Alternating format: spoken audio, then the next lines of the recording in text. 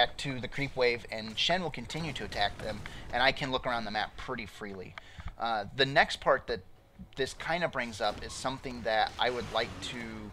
I've mentioned before is map awareness, and I'm very wholeheartedly into this idea that map awareness is key. We'll actually go over that in a second. So with this battle, you saw that I was taunting in and everything like that. I wanted to make sure, no matter what, if I die and everybody lives, then I've done my job. So that's something that is kind of a weird idea for a tank. And there's a few times, I believe, even in this game, where I mess up and I die for nothing. But a lot of times, as a tank, the cool thing about it is you get to play recklessly to an extent, because the whole idea is that you want them focusing you as much as possible. And if that means you die, but you save 2 or 3 teammates, then that's perfectly fine, because you'll trade 1 kill for 3 any day, or 1 death for 3 any day. So on to what I was talking about, which I basically that's this idea of map awareness, and I've harped on it before, and I think that this is extremely crucial, especially at higher levels of play, because the minimap will tell you everything that you need to know, everything about this game that you need to know is going on. Like, for example, if you see all 5 of their faces on the minimap, you know where all 5 of their champions are. You also know that it's safe to push out, potentially. Obviously, if they're all around you, then you know it's not safe. But if you know that they're all away, then you can safely push out, and you can be reasonably sure that nobody's going to get to you super fast, unless there's a teleport or something like that, which you can't really predict when they'll use it. But the point being that you understand where they're at. And this is why wards are so crucial, is because it lets you know that it is safe to move either through the jungle, it's safe to push out. It even lets you know whether or not you have a good position on them. Maybe they pushed out because they weren't aware, but you were, and then that lets you know that you can kill them and you can get kills. So this is completely the biggest thing about this game is map awareness. And in that respect, I actually spend probably about 80% of my time playing this looking at the minimap. And I do this because it lets me know. And I didn't do such a good job buying wards this game. I believe because this wasn't a ranked game, and a lot of times I just mess around when it's not ranked games, and I don't do things quite as well as I should. But I do always pay attention to the map.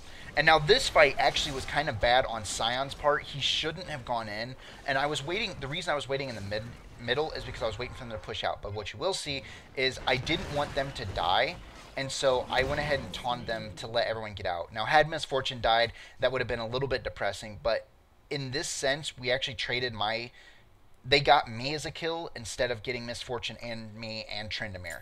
And I'm perfectly fine with that trade. So yes, I died, but I don't think I did anything wrong. And the taunt, like I said, just made sure that they focused on me, which might have disrupted whatever plan they had. But map awareness, just if I can give you one recommendation, if you don't believe anything that I say, and I give you one tip that you decide that that's all you're going to believe, just get wards. And a good habit to get into, at least until you're starting to get comfortable with this idea of buying wards and placement and everything, is to make sure whenever you go back, you buy a ward, okay? It's 90 gold, which is, what, 3 creep kills? 4 tops, 3 with the time that you normally accrue gold anyway. You just go back and get a ward, get your item, get a ward. Whenever you go back to buy a new item, buy an item, buy a ward. And the reason for this is that you can just start dropping them. And all of a sudden, you're going to realize you have vision of most of the map, and you know where they're at most of the time.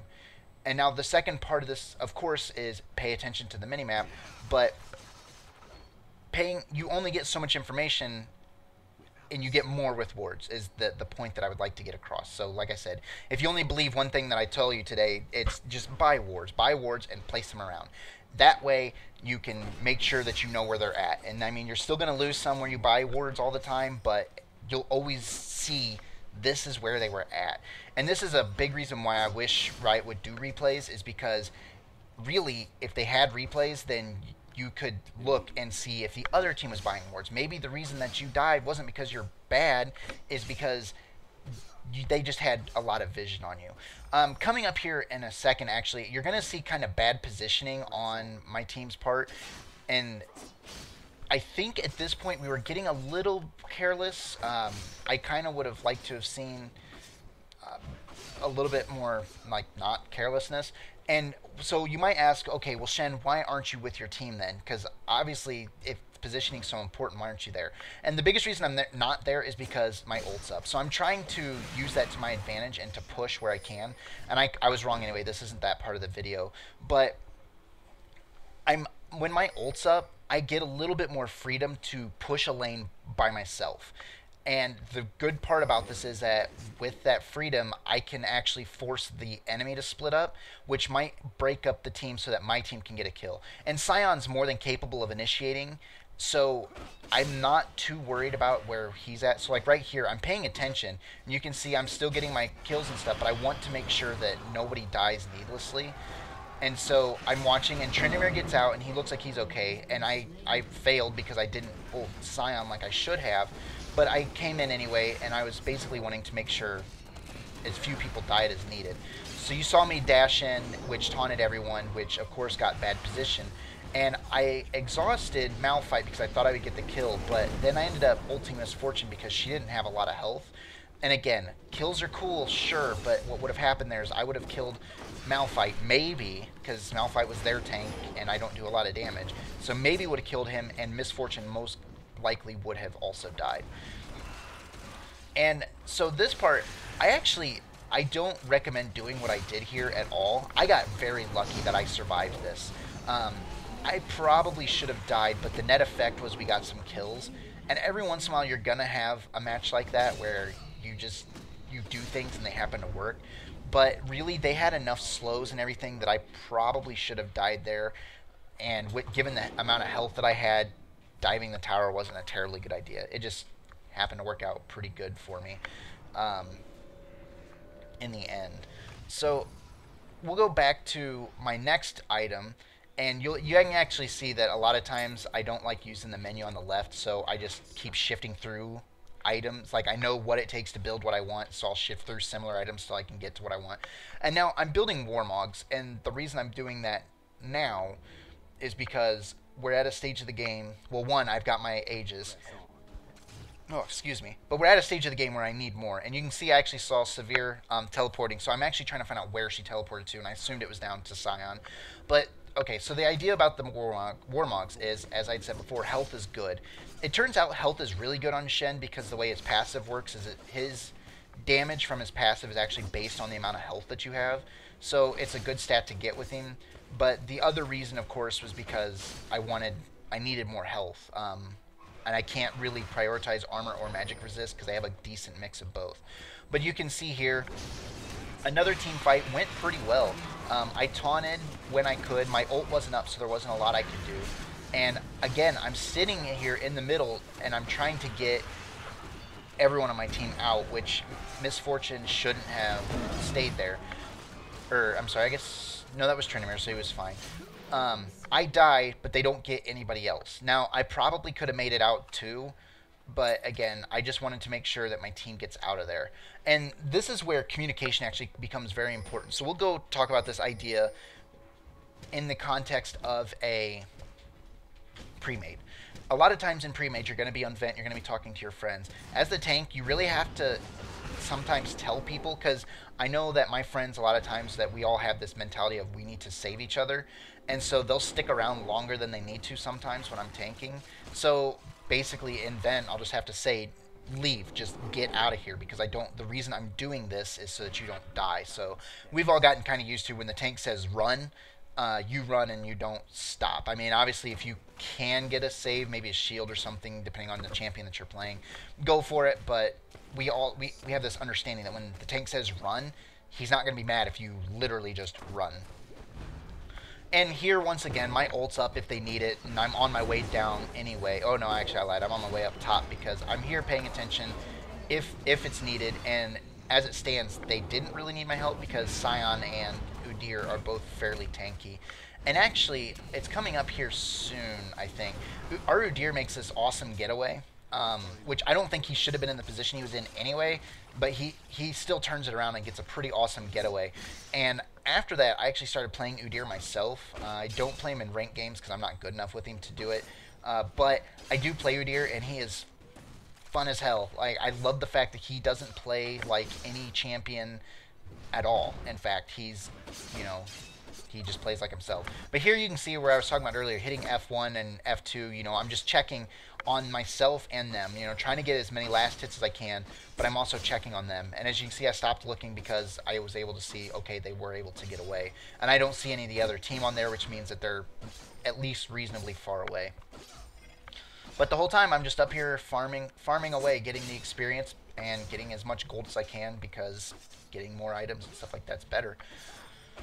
And I guess we can just use that to segue into, well, no, I'm going to wait, because I was going to start talking about when we actually do lose this. But again, if you look now, like, it's kind of hard to see. I mean, we're doing pretty good.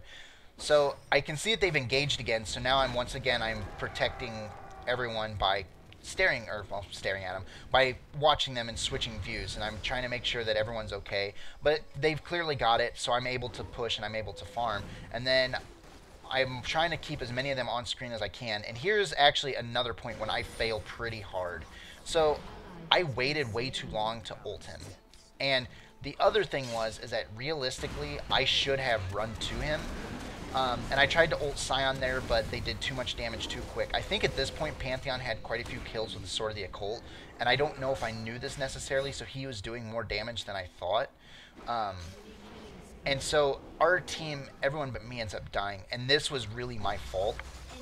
Entirely my fault that everyone died. I should have ulted Tryndamere. I should have been on my way down there sooner. And I should have used the exhaust, and I should have done that stuff. So there's always room to learn. I mean, even though I didn't die, I still did a bad job. That wasn't good in the least. And I feel bad about that. So I'm constantly trying to improve, and hopefully you guys can learn with my mistakes as well, as I've said before. At least until, once again, Riot gets some replays, and then I can start going over other people's games and stuff like that.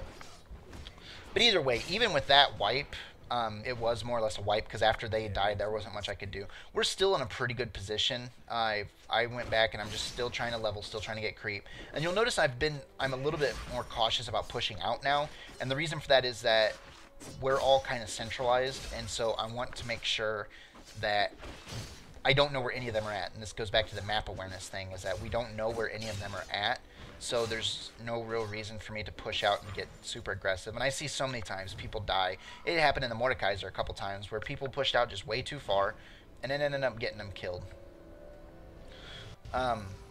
So either way, I don't know. So we'll just kind of watch, and you can see they're starting to push mid, and I'm getting my Giant's Belt because I need the extra health. And I don't always go back right away when I can get my next step of the item. Sometimes I'll stay out, but the Giant's Belt gives you a lot of health and helps a lot with tanking, so I went ahead and picked it up now while we were sitting somewhat idle.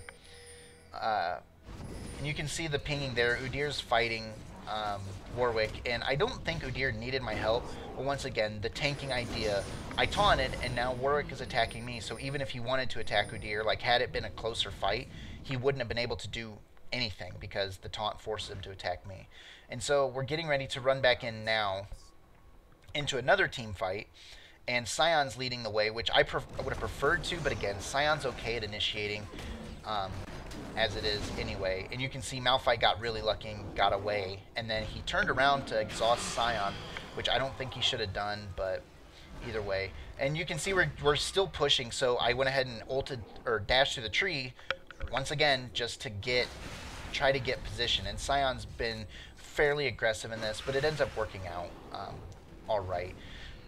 And actually, I guess another point I can bring up now is this idea of why armor's good. And armor's good because it actually prevents damage from the tower, which is good, and allows you to tank towers quite a bit better. And I don't know why he wasted an exhaust on me. I don't think that was a good thing to do, especially being the tank. But you can see I'm down here, and I'm doing my best to tank the turret. I think it's actually hitting... Nope, it was hitting me for now. And we end up getting that kill. There's a few times where I'm trying to tank the turret, and it actually hits someone else. But once again, you can just see the power of a tank being there, and then I was able to control that Pantheon. That Pantheon wanted to get away, but I taunted him, and he had to stay and fight longer than he wanted to. That was kind of a miss-taunt by me on the Vladimir, since I taunted after he had pulled, and I was aware that he had pulled. But again, the taunt on the Malphite has to stay and fight. He can't do a lot of about it.